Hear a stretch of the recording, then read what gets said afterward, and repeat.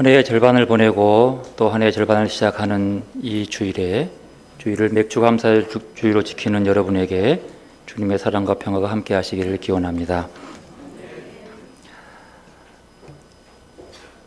이제 한 해의 반년이 지나고 또 반년을 시작하는 이 날입니다. 2019년 반년을 돌아보면서 여러분의 삶에서 여러분은 무엇을 심고 무엇을 거두었는지 돌아보시기 바랍니다. 사람은 모두가 다 심고 거둔다고 합니다. 농사를 지어서 심고 거두는 것이 아니라 우리의 삶의 자리에서, 우리의 일터에서, 우리가 살아가는 하루하루의 일상 속에서 무언가 우리의 삶에 거둠이 있는 거예요. 그러기 위해서는 우리가 심어야 하는 거죠. 옛날에 어느 목사님이 심은 대로 거둔다 라고 해가지고 그저 돈을 심었어요. 이유는 돈을 많이 받기 위해서.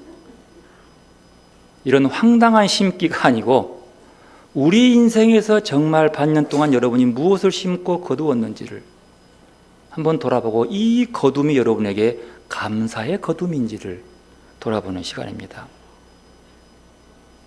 갈라디아서 6장 7절 8절 말씀은 이렇게 말씀합니다. 스스로 속이지 말라.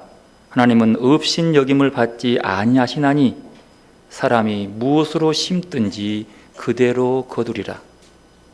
자기의 육체를 위하여 심는 자는 육체로부터 썩어질 것을 거두고 성령을 위하여 심는 자는 성령으로 영생을 거두리라. 우리는 그리스도인으로서, 신앙인으로서 이 말씀에 근거해서 여러분 반년 동안 뭘 심고 거두었습니까? 육체를 위하여 심는 자는 썩어질 것을 얻고요, 성령을 위해서 심는 자는 성령으로부터 영생을 거둔다고 말씀하고 있습니다. 감사는 살아있는 사람이 해야 하는 당연한 결과라고 합니다. 만약 그 사람에게 감사가 없다면 그 사람은 살아있고 숨을 쉬지만 죽은 사람이라고 합니다. 사람은 감사함으로 살아있음을 느끼는 존재입니다. 범사에 감사하는 것이 하나님의 은혜로 사는 사람들의 가장 기본적인 특징인 것은 우리가 잘 알고 있습니다. 하나님이 우리와 늘 함께 있기 때문에 내가 숨 쉬는 순간마다 범사에 감사할 수 있는 삶, 그리스도 안에서 변하여 새 사람 된 사람은 그래서 감사하는 사람입니다. 주 예수 내 마음에 들어와 새 사람이 된 사람은 감사하는 거예요. 왜요? 은혜로 사는 것을 알기 때문에 그렇습니다. 이 주일에 하나님 앞에 나와서 반년 동안 여러분의 삶에서 거두어들인 열매를 하나님 앞에 내놓을 것이 무엇입니까? 하나님 앞에요. 여러분이 이 반년 동안 거두어온 이 거둠의 열매를 무엇을 내놓겠습니까? 무엇을 보여드리고 싶습니까? 여러분의 살아온 삶의 열매 말입니다. 하나님이 그 열매를 기뻐하실까요? 그 열매를 보고 잘했다, 착하고 충성된 내 사람아 라고 칭찬하실까요? 믿음의 열매는 머리로 믿고 입술로 고백함으로 열려지는 것이 아닙니다. 그 믿음과 고백을 살아내는 행함에서 맺어지는 열매를 드러내야 합니다. 그 행위의 열매, 그 열매가 사랑의 행함입니다. 야고보서에 행함 없는 믿음은 죽은 믿음이라고 얘기했습니다. 이 말에 걸림이 많은 사람들이 그래서 야고보서는 뭐라 그래요? 지푸라기 같은 복음이라 이런 얘기를 합니다. 믿음으로만 구원이 있다라고 얘기합니다. 그런데 야고보서의 말은 너희가 믿음 있음을 증명하기 위해서는 행함이 필요하다는 거예요.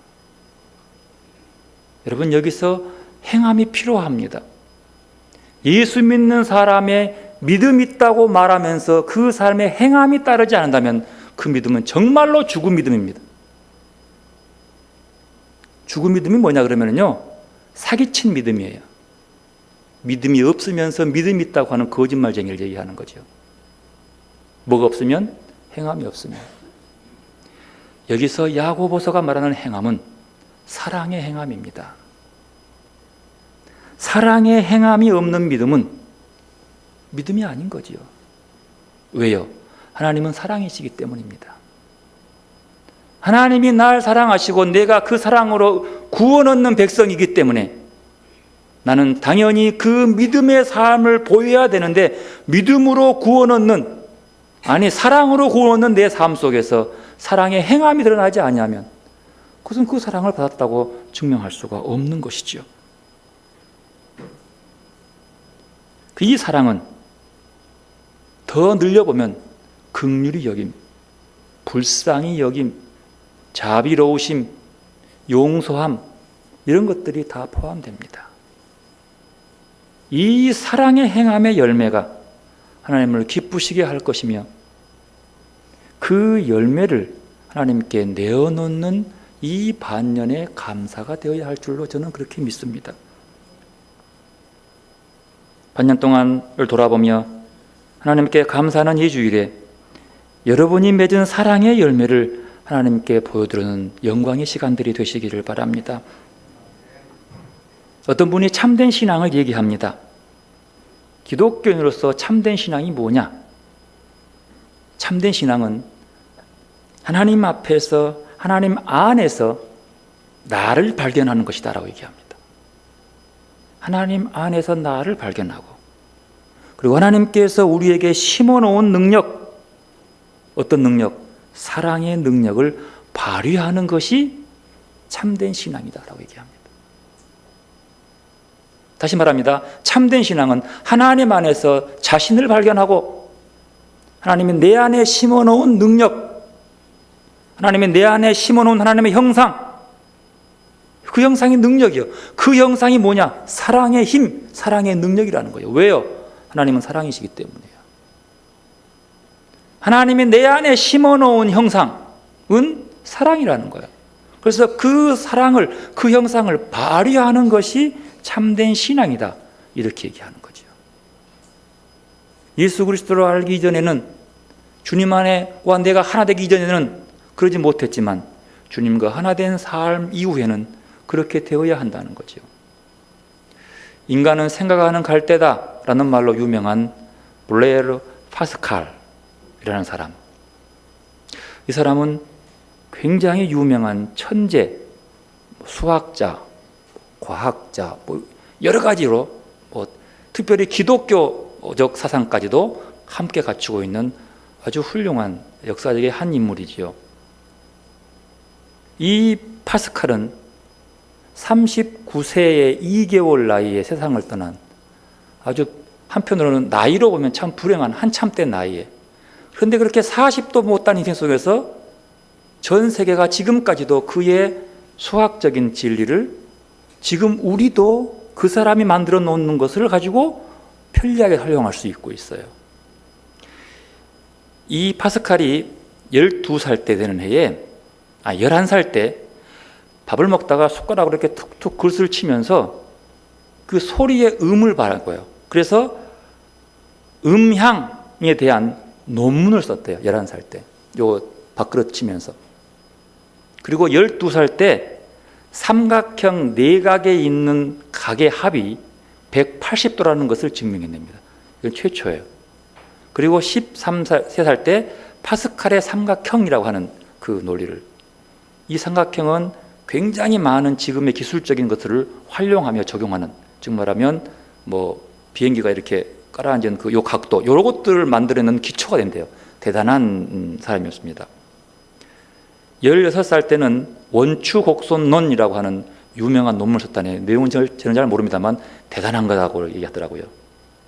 그리고 우리가 지금도 사용하고 있는 계산기, 파스칼이 19살 때 만들었습니다. 이 계산기는 옛날에 기계식 계산기라고 그래요. 우리가 지금도 우리가 사용하는 이것의 기초가 파스칼이 19살 때 만든 계산기라. 이 정도의 사람이. 그런데 그의 인생을 돌아볼 때는 31세 이전과 이후로 돌아봐요. 31세 이전까지는 그는 굉장히 많은 그런 대단한 사람이었고, 그리고 20대 말부터 조금 몸이 많이 병이 치레를 많이 했나 봐요. 안 좋아서 많이 고민하면서 살아갔던 사람. 그리고 이런 과학적인 논리 속에서 이렇게 몸이 많이 아픔 속에서 인간이 무엇인가에 대한 인간에 대한 부분으로 방향을 틀어서 공부하기 시작합니다. 고민하기 시작해요. 그러다가 그가 31살 된 해인 1654년 11월 23일 저녁 10시 30분부터 0시 30분까지 그는 놀라운 신비적 체험을 하게 됩니다. 그 놀라운 신비적 체험이 하나님에 대한 체험이었어요. 그리고 그 체험을 통해서 그는 완전히 다른 사람으로 변화되어 갑니다. 파스칼의 아마도 많이 그의 병든 아픔이 그렇게 만나게 된지 모르지만 파스칼의 일대기를 보면 1차 회심과 2차 회심이 나와요. 근데 2차 회심의 결정을 지은 데가 31살 때 그 얘기입니다. 이 파스칼이 이 결정적 회심 전에 기록한 글이 있는데 이렇습니다. 영혼은 하나님 앞에 겸손해지고 깊은 존경의 마음을 품는다. 벌레와 같은 나에게 주시는 하나님의 은혜를 감사한다. 많은 허영을 택한 것을 뉘우친다. 참회와 가책의 마음을 가지고 하나님께 용서를 구한다. 나는 하나님께 사랑을 받고자 뜨거운 기도를 드린다. 이게 이제 2, 3. 그리고 이제 이 31살에 뜨거운 체험을 하고 난 다음에 그 신비적인 체험이 무엇인지에 대해서 그가 느끼는 대로 글을 썼어요. 그 글을 써놓은 글이 600자라고 그래요. 근데 얼마나 대단한 글이냐면 그 글은 지금 프랑스에 있는 국립도서관에 비치될 정도라고. 그 글의 내용이 우리나라로도 번역되어 있더라고요. 읽어보니까 주로 자기가 하나님에 대한 고백, 그리고 자기가 부족하고 어리석은 죄인임을 고백하는 것들이 많이 있습니다. 그리고 하나님께로부터 오는 기쁨, 환희 이런 것들을 많이 소개한 그였습니다. 그의 체험 후에 그는 삶은 참 어려웠지만 그래도 어려운 사람들을 돌보고 신앙의 글을 써가기 시작합니다. 유명한 파스칼의 팡세는 그가 죽은 이후에 그의 가족들이 그가 써놓은 글들을 모아서 만들어 놓은 책이 팡세예요. 그는 그 글 속에서 이런 글을 전해요. 인간의 마음마다 무엇으로도 채울 수 없고 오직 그리스도에 의해서만 채워질 수 있다. 예수 그리스도 없이는 인간은 악과 비참 속에 빠져들 수밖에 없다. 하나님만을 사랑하고 자신을 마다해야 한다. 그의 누이 동생이 파스칼의 생애라고 하는 책을 서술했을 때에 고백을 해요. 이 신비 체험 이후의 파스칼은 이전의 모습과는 완전히 다른 사람으로 변화되어 그 이후의 삶은 자나깨나 하나님만을 위해 살았다라고 그 동생이 읽었다고 하는 거죠. 이 파스칼의 유명한 명언들 중에 한 두 가지를 보면 이렇습니다. 행복은 우리 안에도 우리 밖에도 없다. 행복은 오직 하나님께만 있다. 우리가 기쁨을 느끼는 것은 무엇인가? 손인가? 팔인가? 살인가? 피인가? 물질로 되어 있는 것이 아닌 어떤 것임에 틀림이 없다. 하나님을 알지 못하고 행복할 수는 없다. 하나님을 가까이 한 만큼 행복해지고 하나님을 멀리 한 만큼 불행해진다.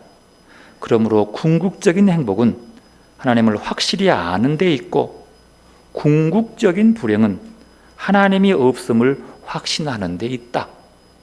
그 외에 많은 글들이 우리의 신앙을 돌아보게 한다고 합니다. 오늘 누가복음의 말씀은 이렇게 시작합니다.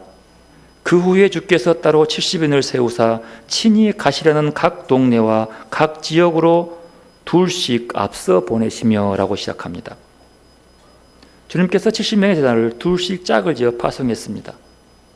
9장 1절부터 보면 12제자를 파송한 다음에 10장에는 70명이라고 본문은 기록하고 있습니다. 그리고 이들을 파송하며 떠나보내면서 이렇게 말합니다. 어린 양을 이리 가운데로 보냄과 같다. 걱정이 있어요. 보내면서도 불안해하는 거죠. 그러면서 이렇게 권고합니다. 누가복음 10장 4절 5절 말씀 함께 있습니다. 전대나 배낭이나 신발을 가지지 말며 길에서 아무에게도 문안하지 말며 어느 집에 들어가든지 먼저 말하되 이 집이 평안할지어다 하라. 아니 어린 양이 이리 가운데 내보는 것처럼 걱정스러운데도 전대, 돈주머니도 가지지 말고 배낭도 가지지 말고 신발도 가지지 말라 이런 거죠. 여러분 여기서 보다 더 중요한 것은 70이라고 하는 숫자예요. 제가 읽고 있는 헬라어 성경이나 라틴어 성경에는 70이 아니라 72명이에요. 우리나라 세번역 성경이나 공동번역 성경에도 72로 번역했습니다. 특히 공동번역은 72제자 이렇게 얘기했어요. 원문에는 없지만 72명의 제자. 이 성경에는 숫자가 대단히 중요한 의미를 담고 있어요. 많은 사본들 중에서 우리말로 번역된 이 성경은 이 70으로 된 사본을 이용했기 때문에 70이라고 쓴 거예요. 그러나 그보다 더 중요하고 많은 사본들 속에 72라고 쓴 거예요. 그 이유는 70보다도 72라고 하는 숫자가 굉장히 상징적인 의미로 중요한 의미를 담고 있습니다. 여러분 성경에서 이 하나님의 백성을 상징하는 숫자가 몇이에요? 하나님의 백성 12, 12지파. 하나님의 백성을 부르셔서 12지파를 나누었어요. 그래서 그것에 근거해서 하나님의 백성들 숫자의 10이라고 하는 것은 예수님도 굳이 말할 때 12제자를 얘기해요. 함께 나와요. 특별히 예수님이 40일 금식 기도했죠? 모세가 시내산에 며칠? 40일. 몇 년? 40년 하나. 이게 다 사람이 새로운 삶에 출발하는 과정에 40을 끼워 넣어요. 히브리 숫자에서 3, 7 중요하죠. 7은 어떤 수요? 완전수라고 얘기해요. 완전하면 온전하다는 뜻이죠. 7일자고 하는 그 상징 속에는 모두가 다 포함된다는 그런 뜻을 얘기하고 있는 거죠. 오늘 본문의 72는 10장에 나오는 12명의 제자와 함께 연결됩니다. 12사도를 파송한 다음에 바로 10장에 72명을 보내는 거죠. 둘이 합하면 몇이에요? 84예요. 그러면 하나님의 백성의 숫자가 몇이라고요? 12. 그리고 완전수가 7이죠. 12 곱하기 7? 12 곱하기 7 금방 나와야죠. 몇이요? 84. 즉 말하면 70인, 즉 72제자를 보낸다고 하는 얘기 뭐냐면 하나님의 백성된 모두를 얘기한다는 거예요. 오늘 이 72명의 제자를 파송해서 복음을 전하라고 하는 것은 예수 그리스도 안에서 하나님의 백성된 우리 모두를 상징한다는 뜻입니다. 말하면 오늘 말씀의 파송의 의미는 예수 그리스도를 믿는 우리 모두예요. 그들을 어떻게? 둘씩 짝을 지어서 내보냅니다. 즉 하나님의 자녀죠. 즉 하나님의 자녀는 뭐해야 하는 사람이에요? 복음을 전파하는 자가 된다는 거죠. 혼자도 가능하지만 꼭 둘씩 짝을 지어 보냈습니다. 복음 선포자는 하나님의 말씀과 하나님의 나라를 위해 열린 마음을 지닌 사람들만이 할 수 있는 겁니다.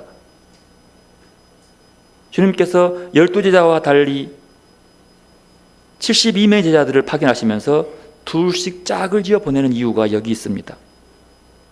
둘이 함께 한다는 것은요, 복음 선포자로서 정당성을 서로 증명하기 위해서 일치하라는 뜻이에요. 둘이 한 마음이 되어라.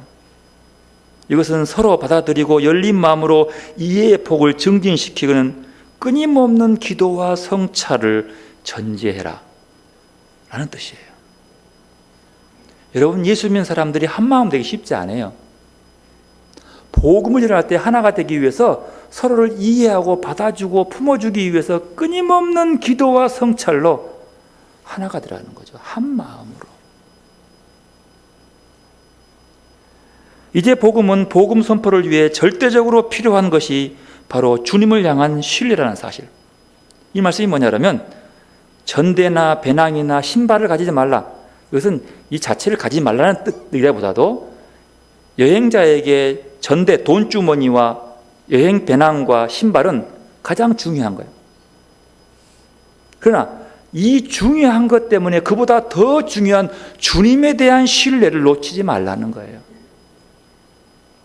그래서 이 상징은 전적으로 믿고 의지하는 것이 뭐냐는 거예요. 여행 돈이냐? 여행 가방이냐? 너희들이 나가서 복음 전파자가 해야 할 것은 그런 부대 조건이 아니라 철저한 주님에 대한 신뢰, 믿음이라고 하는 사실을 상징해 주는 것이 오늘 본문의 3절의 말씀입니다.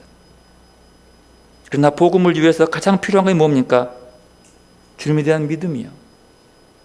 모든 것을 채우시고 먹이시고 푸른 풀밭으로 인도하시며 의의 길로 선한 길로 인도하시는 주님을 믿고 따라가는 것이 복음 전파의 가장 핵심이라는 거죠. 왜냐하면 복음 전파의 기쁜 소식은 자신에게 있는 것이 아니라 주님께 있기 때문입니다. 그러므로 주님에 대한 신뢰를 잃어버리면 더 이상 주님의 뜻을 펼칠 수 없습니다. 주님을 믿지 못할 때 거기에는 주님이 계신 것이 아니라 나를 생각하는, 나만 생각하는 이기심이 자리 잡고 있다는 사실을 끊임없이 성찰해야 돼요. 복음 전파자가 끊임없이 주님에 대한 신뢰를 잃어버리면 그 속에 언제나 내가 있어요. 언제나 나에 대한 것들, 내 생각만 앞장서게 되는 겁니다. 자신만을 생각하는 삶, 이것이 바로 이리로 상징되는 세상으로 보는 분이 있습니다. 나만 생각하는 삶, 그건 주님의 삶이 아니라 세상적인 삶인데 이것을 이리로 봐요. 양과 이리는 서로 먹고 먹히는 관계에 있는 주님과 세상을 비교하고 있다라고 봅니다. 양의 특징은요, 사랑과 가난과 겸손을 상징하고요, 이리의 특징은 이기심, 소유욕, 교만을 상징합니다. 여러분은 양입니까? 일입니까? 특징을, 이거 상징성이에요. 모든 사람들 내면에 감춰진 모습 뒤에는 언제나 동물적인 폭력과 잔인함이 숨겨져 있습니다. 그렇게 사람들이 인정해요. 바로 1위는 바로 이런 인간의 본성 안에 자리 잡고 있는 폭력과 잔인함을 비유하고 있다는 뜻이죠.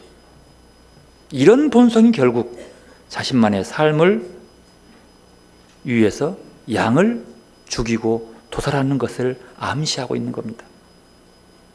그럼에도 불구하고 그리스도인들은 희망을 잃지 않고 주님의 평화를 선포해야 합니다. 주님의 평화는 주님이 함께 계시는 확신을 갖고 삶에서 닥치는 두려움과 불안을 떨쳐내는 것에서 나옵니다.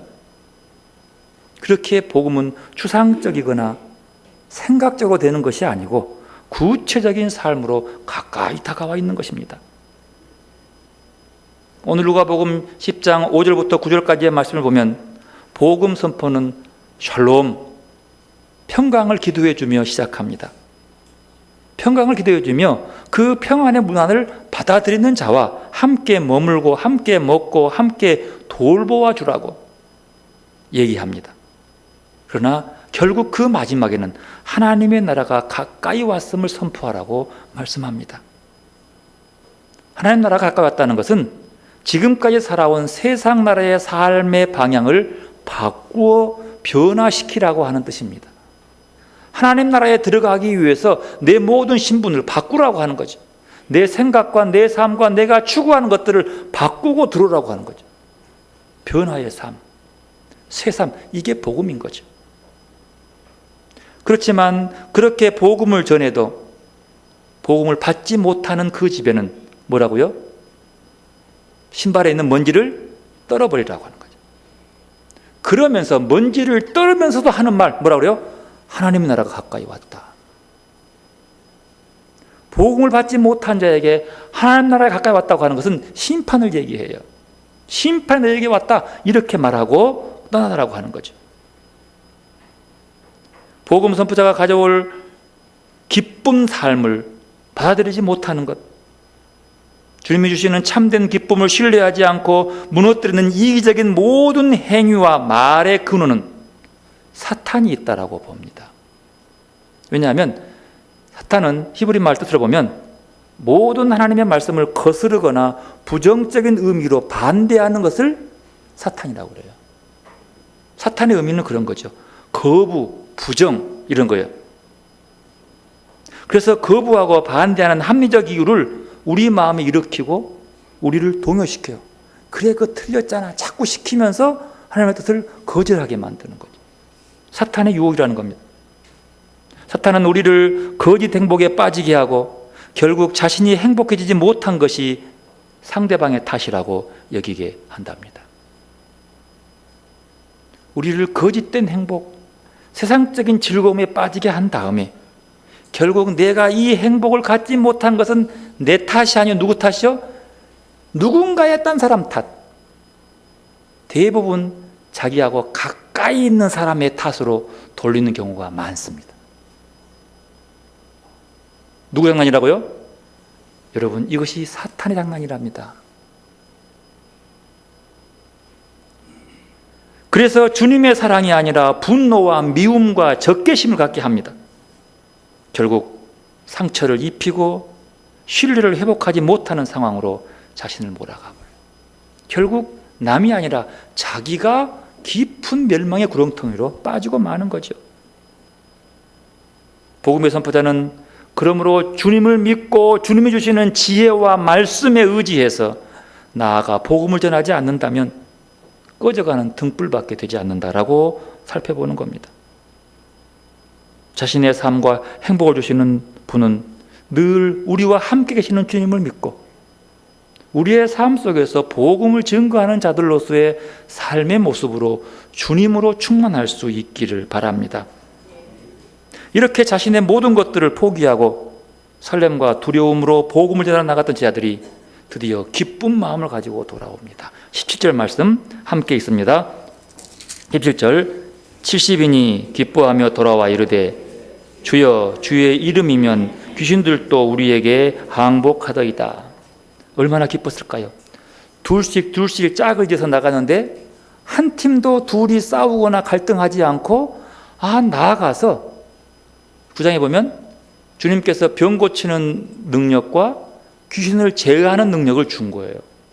그걸 가지고 나가서 예수의 이름으로 했더니 병도 고쳐지기도 하고 예수의 이름으로 나가라 하니 귀신도 나가게 되고 얼마나 기뻤겠어요. 그냥 빨리 돌아가서 주님께 이 사실을 좀 알리고 싶은 거예요.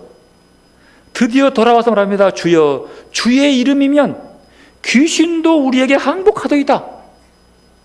놀라운 일이요. 이 말 속에는 내가 무슨 능력이 있어서가 아니고 하나님께서 그들과 함께한 결과임을 그대로 인정하는 거죠. 이건 내 능력이 아닌데 아니 예수의 이름이면 대체 이렇게 귀신도 막 항복합디다 라고 나오는 거죠. 여러분 그럼에도 불구하고 그 기적의 결과물 속에서 무언가 자신들의 노력과 인정이 들어있습니다. 나에 대한 자랑이요. 그래도 나나 되니까 주의 이름을 의지해서 이렇게 된 것이지. 아무나 예수 이름으로 한다고 귀신을 제어할 수 있나? 나 정도의 믿음이 돼야 한다는 자기의 모습이 들어있는 거죠. 내가 잘한 거죠, 주님? 내가 잘한 거죠? 잘한 건 맞습니다. 만약 우리에게 병 고치는 은사와 귀신을 제어할 수 있는 능력이 있어서 기도할 때마다 막 예수를 마음을 그냥 다 버린다라면 어떡하겠어요? 옛날에는 특별히 그런 분이 많았어요. 귀신 내쫓고 병 고칠 사람들이요.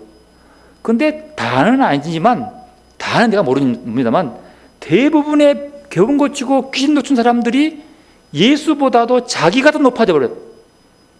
자기를 자랑하다가 멸망당한 사람들이 왜 그렇게 말하는지 몰라요. 지금은 그 사람들 시시부지하잖아요. 이게 뭔가 예수 이름으로 해놓고 예수를 드러낸 것처럼 보이지만 결국은 누굴 자랑해요? 나의 그 행위, 예수 이름을 의지하는 내 행위를 자랑하는 거예요. 이것은 마치 당시 바리새인과 유대인들과 같은 소리입니다. 누가복음에 의하면 바리새인과 세리의 기도에서 그 예가 잘 증명되고 있습니다. 바리새인은 하나님 앞에서 말합니다. 하나님, 내가 11조도 하고 금식도 하고 안식일도 잘 지키고 율법을 잘 지켰습니다.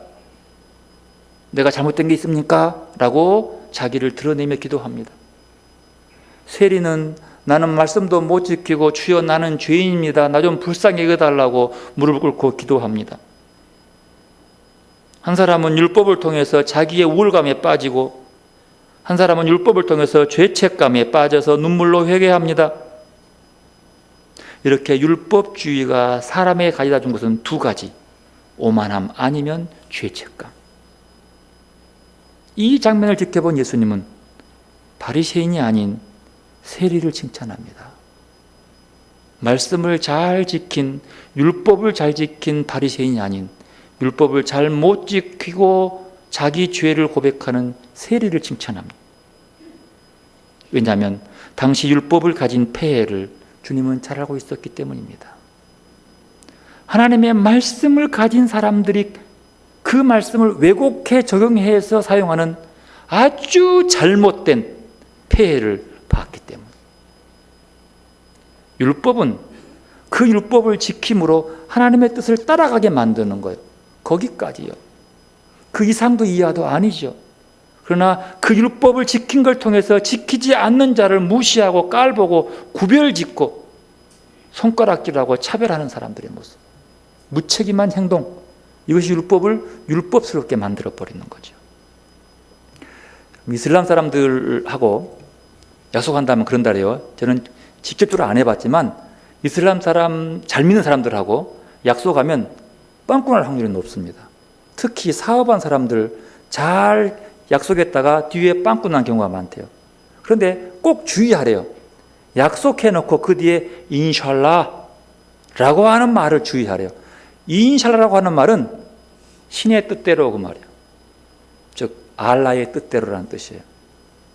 약속해요. 내일 저녁 7시에 저녁 약속이다. 꼭 지켜. 그래 내가 꼭 갈게. 그래 내일 꼭 보자. 인샬라 라고 해요. 안 왔어. 그리고 뭐요? 신의 뜻이요. 알라의 뜻이야 그게. 그렇게 알라는 거예요. 아니 사업한 사람이 당장 물건이 필요한데 그래 내일 보내줄게 해놓고 안 놔.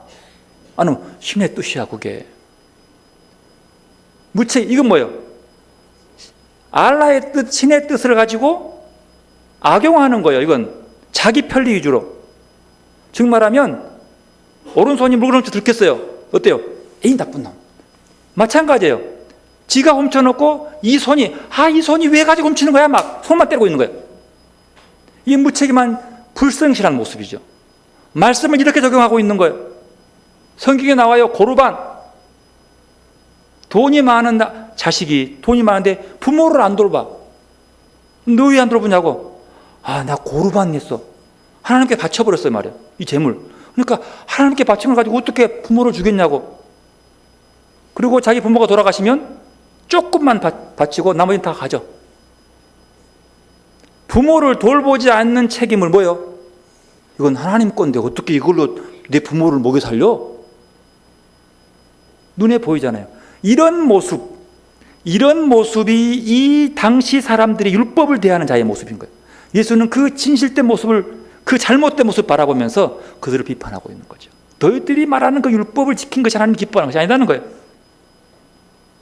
이렇게 바리새인은 일주일에 2번 금식하고 안식일을 지키고 율법을 따르는 것을, 그 자신의 행위를 하나님 앞에 자랑하는 것과 제자들이 예수의 이름으로 귀신들이 항복하는 것을 자랑하는 것은 별 차이가 없다는 거예요. 둘 차이가 없다는 거예요. 아주 유아틱한 신앙의 모습.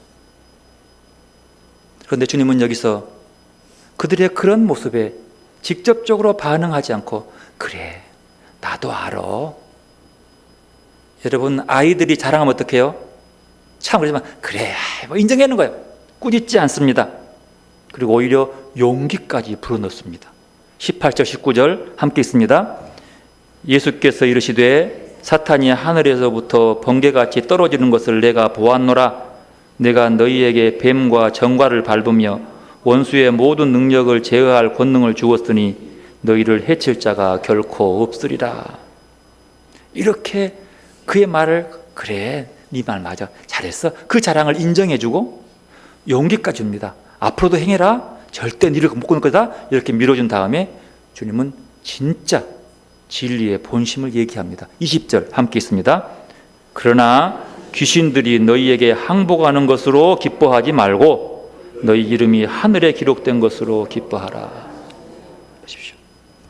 이 공부의 말씀은 예수의 이름으로 행한 기적 일보다 더 중요한 일이 있다는 거죠. 너희가 내 이름으로 귀신을 제어하고 많은 사람들의 병을 고치고 고통에서 건져주고 참 좋다, 훌륭한 일이야. 그렇게 해야 맞아. 그러나 그것이 너희를 하나님의 나라로 들어갈 수 있게 해주는 보증수표가 아니라고 하는 거죠. 너희가 주여 주여 하고 내 이름으로 선지자 노릇하고 내 이름으로 귀신 내쫓고 병 고치고 해도 주님은 나는 너를 모른다. 이 자체가 천국에 들어갈 수 있는 조건이 아니라고 하는 거죠. 예수 이름으로 놀라운 기적을 행하고 고통을 물리친다고 해도 하나님 나라의 백성이 될 수 있는 조건의 전부가 아니라고 하는 겁니다. 그러므로 너희 이름이 하늘에 기록된 큰 승리로움을 기뻐하라고 하는 얘기는 여기에 있습니다. 이는 눈에 보이는 작은 성과를 기뻐할 것이 아니라 감추어진 주님의 십자가를 기뻐하라는 거죠. 우리가 십자가를 기뻐하고 자랑하는 것은 온갖 허영심과 자기 과시욕에서 벗어나 오로지 주님의 품 안에서 이루어진 구원에 감사하며 사는 것을 뜻합니다. 주님의 품 안에서 이루어진 구원에 감사하는 것을 기뻐하라고 하는 것입니다. 갈라디아 6장 14절 말씀, 바울은 이렇게 고백합니다. 그러나 내게는 우리 주 예수 그리스도의 십자가 외에 결코 자랑할 것이 없으니 그리스도로 말미암아 세상이 나를 대하여 십자가에 못 박고 내가 또한 세상에 대하여 그러하니라. 십자가만 자랑하다 보니까, 십자가만 기뻐하다 보니까 그 그리스도로 말미암아 세상이 바울에 대해서 죽고, 그리고 또다시 바울은 세상에 대하여 죽는. 여러분, 왜 바울이 자랑할 게 없어요? 그의 가문도 자랑할 일이요, 혈통, 학벌, 로마 시민권 다 자랑할 것이요. 그러나 그가 성령을 통해서 자기 안에 예수 그리스도의 임재함을 느끼고 나니 이런 자랑거리가 다 배설물처럼 여겼습니다. 그래서 지금 그는 가장 자랑스러운 것이 그리스도의 십자가밖에 없다라고. 세상이 바울에 대해 죽고 바울이 세상에 대해 죽게 된 것이라고 고백하고 있습니다. 이것이 십자가의 신비로움이에요. 그리고 17절에는 말합니다. 내가 내 몸에 예수의 흔적을 지니고 있노라. 예수의 흔적을 지니고 있노라. 자기 몸에 예수의 흔적을 가진 사람은 기뻐합니다. 예수로 말미암아 감사합니다. 이 십자가의 신비를 깨달은 바울의 그 기쁨이 얼마나 컸으면 이런 고백을 할까요? 내 몸에 예수의 흔적을 가지고 있노라. 이런 십자가의 사랑과 기쁨을 맛본 사람은 사소한 자랑거리에 기쁨을 찾지 않습니다. 오직 더 깊은 그리스도 안에서의 기쁨을 찾는 거죠. 여러분의 기쁨과 감사가 이곳에서 찾을 수 있기를 바라겠습니다. 또한 너희 이름이 하늘에 기록된 것으로 기뻐하라. 에서 하늘은 하나님을 뜻하는 것으로 봅니다. 하나님께 기록된 것을 기뻐하라. 너희 이름이, 이 뭐냐면 너희 이름이 하나님의 마음에 새겨진 것으로 기뻐하라. 이렇게 풀이한 분도 있습니다. 의미 있습니다. 왜냐하면 하나님 나라의 백성은 그곳에 참 기쁨이 있기 때문인 거죠. 여러분, 여러분의 이름이 하나님의 마음에 새겨져 있다고 믿습니까? 이게 중요한 고백이요. 내 이름이 하나님의 마음에 새겨져 있냐는 거예요. 그렇지 못하면 여러분이 기뻐하는 것은 허영심에 불과합니다. 그리스도의 기쁨은 진정 여기에 있습니다. 나를 통해 드러난 외적 결과물보다 더 근원적인 하나님의 품 안에 서 있는 존재론적 승리에서 기쁨을 찾는 것입니다. 내 이름이 하나님의 마음에 새겨졌다는 사실, 얼마나 황홀한 기쁨입니까? 오늘 여러분 무엇으로 감사하십니까? 어떤 열매로 하나님 앞에 내어놓습니까? 반년을 돌아보며 어떤 성취물이나 결과를 통해서 감사하기에 앞서 이것도 감사해야 하지만 먼저 여러분의 이름이 하나님의 마음에 새겨져 있는 것을 감사하시기를 바랍니다. 한번 따라 하시기 바랍니다. 내 이름이 하나님의 마음에 새겨져 있음에 감사합니다. 다시 합시다. 내 이름이 하나님의 마음에 새겨져 있음에 감사합니다. 여러분, 그 새겨진 그 마음을 기억하면서 여러분 마음에도 하나님을 강력하게 새겨 넣으시기를 바랍니다. 하나님의 마음에 이름이 새겨진 자들에게는 사랑의 행함을 통해서 하나님이 기뻐하시는 열매를 하나님께 올려드리게 됩니다. 그러므로 여러분은 선택해야 합니다. 내 업적과 성공을 자랑할 것인가? 아니면 사랑의 행함을 자랑할 것인가? 내가 사랑하며 불쌍히 여기고 함께 아파하고 함께 기뻐하고 용서하고 품어주는 것을 기뻐할 것인가? 어떤 열매를 하나님께 보일 것인가? 성령을 통해서 하나님을 기쁘시게 할 수 있기를 바랍니다. 예수를 따르는 제자의 길이 무엇입니까? 여러분, 제자들은 뭐 하는 사람들이에요? 오늘 본문에 근거하면 복음을 전하는 사람들이요. 복음은 뭐예요? 예수 그리스도를 전하는 사람들이요. 복음 전파하는 자들을 뭐라고 그래요? 선교사라고 그래요. 선교사는 뭐 하는 사람들이에요? 복음을 전하는 사람들이에요. 그러면 복음의 핵심이 뭐예요? 복음을 전한다는 것은요, 사랑을 전한다는 거예요. 사랑의 행함이 복음을 전하는 거예요. 복음은 하나님이 나를 사랑한다는 거거든요. 이 사랑을 전한다는 것은 사랑을 행한다는 뜻이에요. 그러므로 선교사는 누구예요? 하나님의 사랑을 전하는 자들이 선교사들이에요. 물어봅시다. 여러분은 선교사입니까? 큰일 났네. 물어볼게요. 여러분 사랑하십니까? 그러면 여러분 선교사입니까? 그렇죠. 선교사는 뭘 전한다고요? 사랑을 하는 거예요. 사랑을 전하는 것은 말로 하는 것이 아니라 사랑을 행하며 전달되는 거예요. 예수님이 우리를 말로만 사랑한 것이 아니라 어떻게 해요? 사랑함으로 사랑을 전한 거잖아요. 따라할까요? 나는 선교사다. 나는 선교사다. 여러분 선교사입니다. 뭔 선교사요? 그렇죠. 사랑의 복음을 전하는 선교사요. 여러분 집에서도 선교사가 되시길 바랍니다. 여러분 일터에서도 선교사가 되시길 바랍니다. 말로 하지 말고 사랑함으로 식당 가서도 선교사가 되시길 바랍니다. 식당 가서 탁 고글 뚫려가는데 머리카락이 있어요. 어떻게 해야 돼요?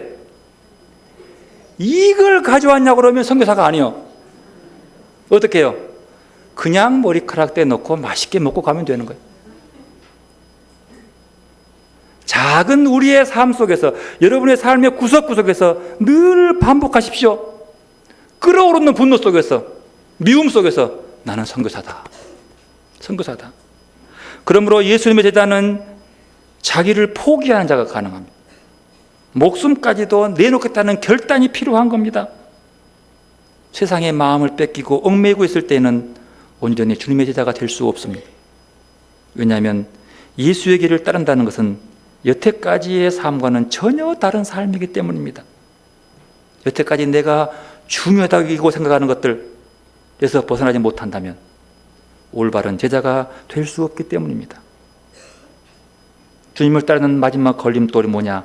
그러므로 나 자신이요. 예수의 제자가 되는 길을 가장 큰 걸림돌은 나요. 돈이나 명예나 이런 것이 아니고 내 자신.